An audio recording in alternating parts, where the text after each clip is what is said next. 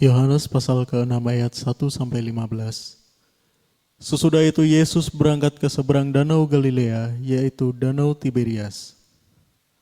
Orang banyak berbondong-bondong mengikuti dia karena mereka melihat mujizat-mujizat penyembuhan yang diadakannya terhadap orang-orang sakit. Dan Yesus naik ke atas gunung dan duduk di situ dengan murid-muridnya. Dan Paskah, hari raya orang Yahudi, sudah dekat. Ketika Yesus memandang sekelilingnya dan melihat bahwa orang banyak berbondong-bondong datang kepadanya, berkatalah ia kepada Filipus, "Di manakah kita akan membeli roti supaya mereka ini dapat makan?" Hal itu dikatakannya untuk mencobai dia, sebab ia sendiri tahu apa yang hendak dilakukannya. Jawab Filipus kepadanya, "Roti seharga 200 dinar tidak akan cukup untuk mereka ini, sekalipun masing-masing mendapat sepotong kecil saja." Seorang dari murid-muridnya, yaitu Andreas, saudara Simon Petrus, berkata kepadanya, "Di sini ada seorang anak yang mempunyai 5 roti jelai dan 2 ikan. Tetapi apakah artinya itu untuk orang sebanyak ini?" Kata Yesus, "Suruhlah orang-orang itu duduk, adapun di tempat itu banyak rumput. Maka duduklah orang-orang itu, kira-kira 5.000 laki-laki banyaknya. Lalu Yesus mengambil roti itu, mengucap syukur dan membagi-bagikannya kepada mereka yang duduk di situ. Demikian juga dibuatnya dengan ikan-ikan itu sebanyak yang mereka kehendaki. Dan setelah mereka kenyang, ia berkata kepada murid-muridnya, "Kumpulkanlah potongan-potongan yang lebih supaya tidak ada yang terbuang." Maka mereka pun mengumpulkannya dan mengisi 12 bakul penuh dengan potongan-potongan dari kelima roti jelai yang lebih setelah orang makan.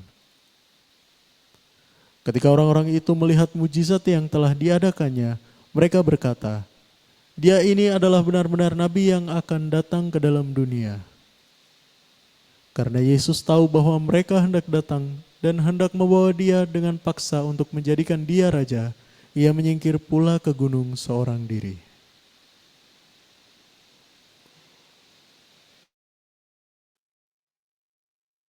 Hai, Shalom teman-teman. Kembali lagi bersama saya di sini ya.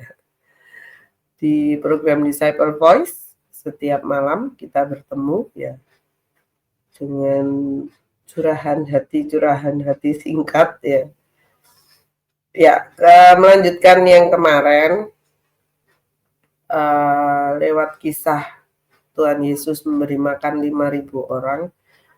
Banyak sekali hal yang saya dapatkan di pembacaan di Yohanes ini, apalagi kalau kita kaitkan dengan 3 kitab Injil lainnya yang ada di Matius, Markus, dan Lukas.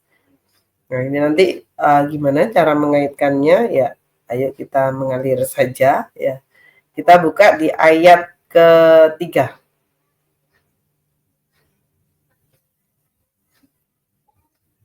Dan Yesus naik ke atas gunung dan duduk di situ dengan murid-muridnya. Next. Dan Paskah hari raya orang Yahudi sudah dekat. Lanjut. Ketika Yesus memandang sekelilingnya dan melihat bahwa orang banyak berbondong-bondong datang kepadanya, berkatalah ia kepada Filipus, "Di manakah kita akan membeli roti supaya mereka ini dapat makan?" Next, 6. Hal itu dikatakannya untuk mencobai dia, sebab ia sendiri tahu apa yang hendak dilakukannya. Di sini ada kata-kata bahwa dikatakan untuk mencobai dia, untuk mencobai murid-muridnya. Kenapa harus dicobai? Teman-teman, mujizat memberi makan 5.000 orang ini bukan mujizat pertama yang dikerjakan oleh Tuhan Yesus. Dan hal-hal spektakuler yang dikerjakan Tuhan Yesus bersama murid-muridnya itu tidak ada di poin Yohanes 6 ini, melainkan diceritakan sebelum-sebelumnya. Kalau kita tahu mujizat pertama itu perkawinan di Kana. Habis itu ada banyak hal, menyembuhkan orang buta, orang lumpuh, segala macam yang kerasukan. Banyak sekali hal-hal yang sudah Tuhan kerjakan. Yang mereka saksikan, yang saya katakan murid-muridnya saksikan. Dengan mata kepala mereka sendiri. Bahkan mereka sendiri terlibat dalam mujizat itu. Dipakai sebagai alat.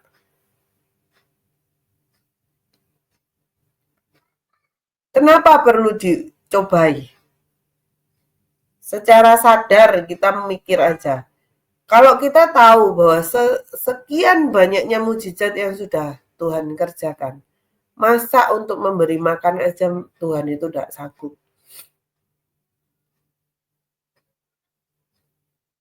Jadi di sini saya bisa melihat bahwa respon dari murid-muridnya, respon dari Filipus dikatakan bahwa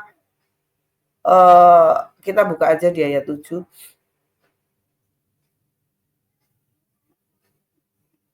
Jawab Filipus kepadanya, roti seharga 200 dinar tidak akan cukup untuk mereka ini, sekalipun masing-masing mendapat sepotong kecil saja. Jadi dikatakan bahwa ini tidak cukup Tuhan kalau ngasih makan sebegitu banyaknya orang. Apa yang kita punya? Kita tidak punya apa-apa. Mereka lupa kalau mereka itu berjalan dengan siapa saat itu. Seringkali ketika kita sudah melakukan banyak hal bersama dengan Tuhan, pada satu titik ketika kita diminta melakukan sesuatu sendiri, kita lupa kalau Tuhan itu sudah mengerjakan sesuatu yang besar di awal. Masa yang kecil-kecil itu tidak dikerjakan sih sama Tuhan. Sama dengan ketika kita itu bisa beli mobil, teman-teman. Masa kita itu enggak punya uang buat ngisi bensinnya sih? Gitu. Kita punya rumah nih. Tuhan kasih kita rumah. Masa kita enggak bisa membayar air sama listriknya? Berarti kebangetan banget Tuhan itu gitu loh. Tapi yang menjadi kebangetan itu adalah diri kita sendiri. Karena kita lupa bahwa kita itu berjalan sama siapa. Sama dengan murid-muridnya ini gitu. Mereka lupa. Atau mereka itu capek, lelah. Jadi ketika disuruh sama Tuhan untuk memberi makan, oh sudah tidak ada. Karena apa? Ayo kita lihat ayat yang mengatakan, ya bisa menjadi pembanding sih. Pembanding yang menjadi kontra. Menilai murid-murid Yesus ini. Kenapa mereka dengan sejuta alasan ya untuk menolak memberi makan. Halus saja, tapi ya mereka menolak sih. Kita lihat di saya kok lupa ayatnya yang gimana. Bentar ya, lagi mencari. Kita buka di Markus. Markus 6 ayat 31. Markus 6 ayat 31. Lalu ia berkata kepada mereka, marilah ke tempat yang sunyi supaya kita sendirian. Dan beristirahatlah seketika. Sebab memang begitu banyaknya orang yang datang dan yang pergi sehingga makan pun mereka tidak sempat. Jadi ngerti ya teman-teman. Kenapa saya tampilkan ayat ini? Karena untuk makannya mereka aja, mereka itu tidak sempat. Mereka itu maksudnya melipir itu mau istirahat, malah mereka itu diikutin oleh sedemikian banyaknya ribuan orang datang. Terus Tuhan Yesus kengangguran pisan. Minta kita itu ngasih makan, murid-muridnya ngasih makan. Tuhan itu tidak lihat kalau kita sendiri itu sedang lapar. Sudah tidak berdaya mereka. Sudah tidak punya apa-apa untuk dimakan. Jadi yang bisa saya bagikan malam hari ini ada 2 hal. Satu, yang saya katakan tadi, ketika kita sudah menerima banyak hal dari Tuhan, yang pokok-pokoknya kita terima, menjadikan kita itu lupa dengan hal-hal yang seharusnya kita sadar, kita itu berjalan dengan siapa sih. Kalau hal yang sedemikian banyaknya mukjizat sudah Tuhan kerjakan dalam kehidupan kita. Terus ketika kita itu dibenturkan pada satu masalah, kita terus akhirnya berbalik dan ngomong ndak isah. Ndak ada solusinya. Terus ndak isah mentok ini. Ya terus segala kebaikan ini, segala mukjizat yang sudah kita alami ini itu apa? Sedangkan ada firman mengatakan bahwa sau bagi jiwaku. Setiap pertolongan Tuhan, setiap kebaikan Tuhan, di saat kita terpepet, terjepit, tapi Tuhan ulurkan tangannya itu untuk nolong kita, ngangkat kita. Itu tidak terpatri benar-benar dalam kehidupan kita. Ya ini yang akan kita kerjakan. Kita lupa sama yang ngasih mukjizat. Kita lupa kalau kita itu berjalan dengan si pemberi mukjizat, pembuat mukjizat ini loh. Seperti yang murid-muridnya ini, kenapa sampai dicobai? Tuhan lihat respon hati mereka. Mereka sadar enggak sih mereka itu sedang jalan sama siapa? Atau yang kedua, mereka memang enggak mau mengerjakan itu. Bukankah mereka juga melakukan banyak mukjizat? Bukankah seharusnya mereka sadar bahwa saya itu berjalan sama sang pembuat mukjizat?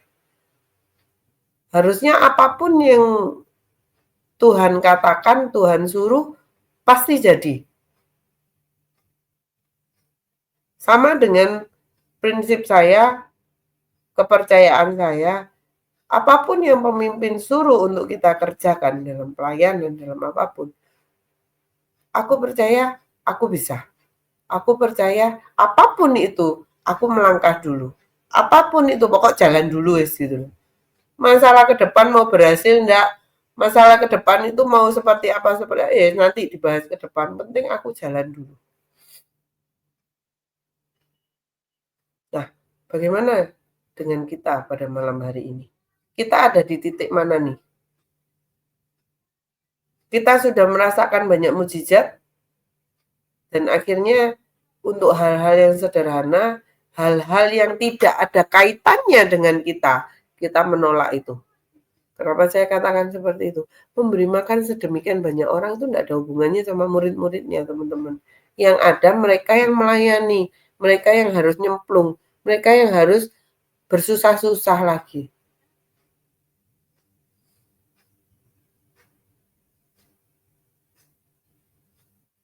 Jadi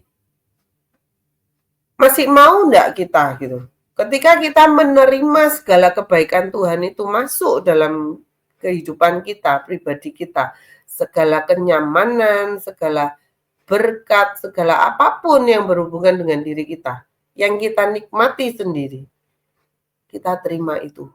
Tetapi ketika Tuhan meminta kita untuk mengerjakan sesuatu yang di luar kita, menjadi berkat, turun tuh keringetan-keringetan lagi tuh. Gak bisa teman-teman, ketika kita berjalan dengan Tuhan itu, kita itu mau bersih-bersih aja, ya kan? Duduk santai, nyaman.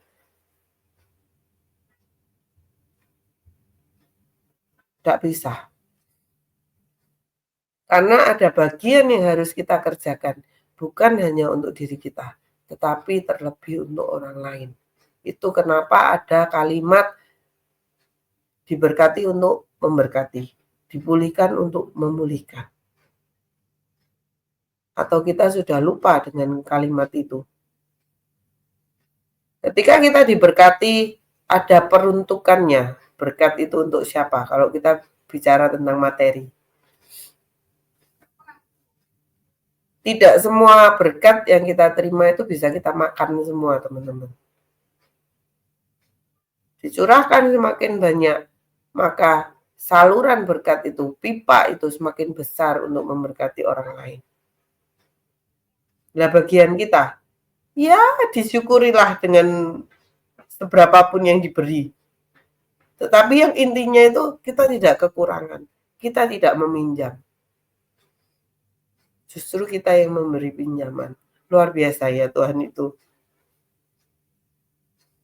Tapi justru di saat-saat seperti itu, ketika kita taat, ketika kita mau, kita semakin menyelam bersama Tuhan. Kita tahu maunya Tuhan. Kita tahu bagian-bagian kita itu di mana. Indahnya kita itu berjalan bersama Tuhan itu seperti apa. Saya diingatkan dengan pertemuan beberapa saat lalu bersama senior pastor, juga teman-teman yang ada di Semarang. Dikatakan bahwa ketika kita melayani Tuhan, berjalan bersama Tuhan, ngikut apa maunya Tuhan, bukan berarti kita itu bebas untuk melakukan segala sesuatu. Tidak, teman-teman. Justru semakin dalam kita mengenal Tuhan, semakin kita ngikut maunya Tuhan, kehidupan kita itu justru ada kafling-kaflingnya. Ada batasnya. Ini loh kaflingmu, Len. Ini loh kaflingmu. Jadi bukan berarti ketika kita mengikuti Tuhan, wah bebas untuk mengerjakan apapun. Wah mengambil keputusan apapun oke aja. Enggak teman-teman. Ada patoknya. Bukankah dikatakan di firman juga. Patok-patok dalam kehidupan kita. Wilayah kita. Kerjakan, usahakan yang sesuai dengan patok itu. Tetapi banyak orang ketika sudah mendapatkan banyak hal dalam kehidupannya, justru dia cabuti patok-patok itu. Wah, bisa semakin luas, semakin baik. Sedangkan porsi kita itu cuma untuk itu aja. Kalau 2 kafling, ya 2 kafling dulu gitu. Ya itulah ujiannya, itulah cobaannya. Kenapa dikatakan Tuhan mencobai muridnya?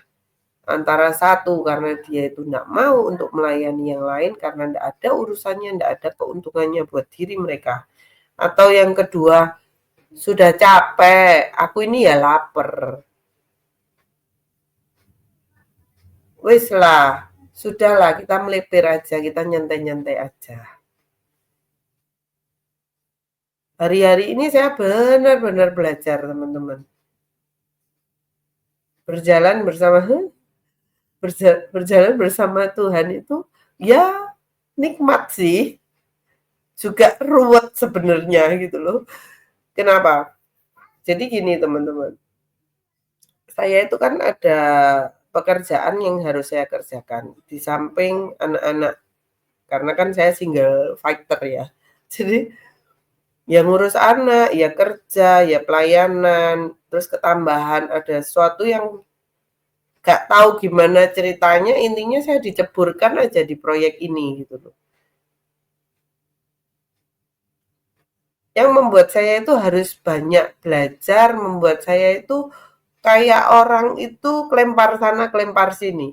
Wah Tuhan, kalau aku mengerjakan ini gimana Tuhan? Aduh Tuhan, uber-uberan Tuhan, aku belum nyusun jadwal pelayanan. Oh, belum. Rasanya hidupnya ini ramai sekali di dalam diri saya loh. Wah, belum ini, Les.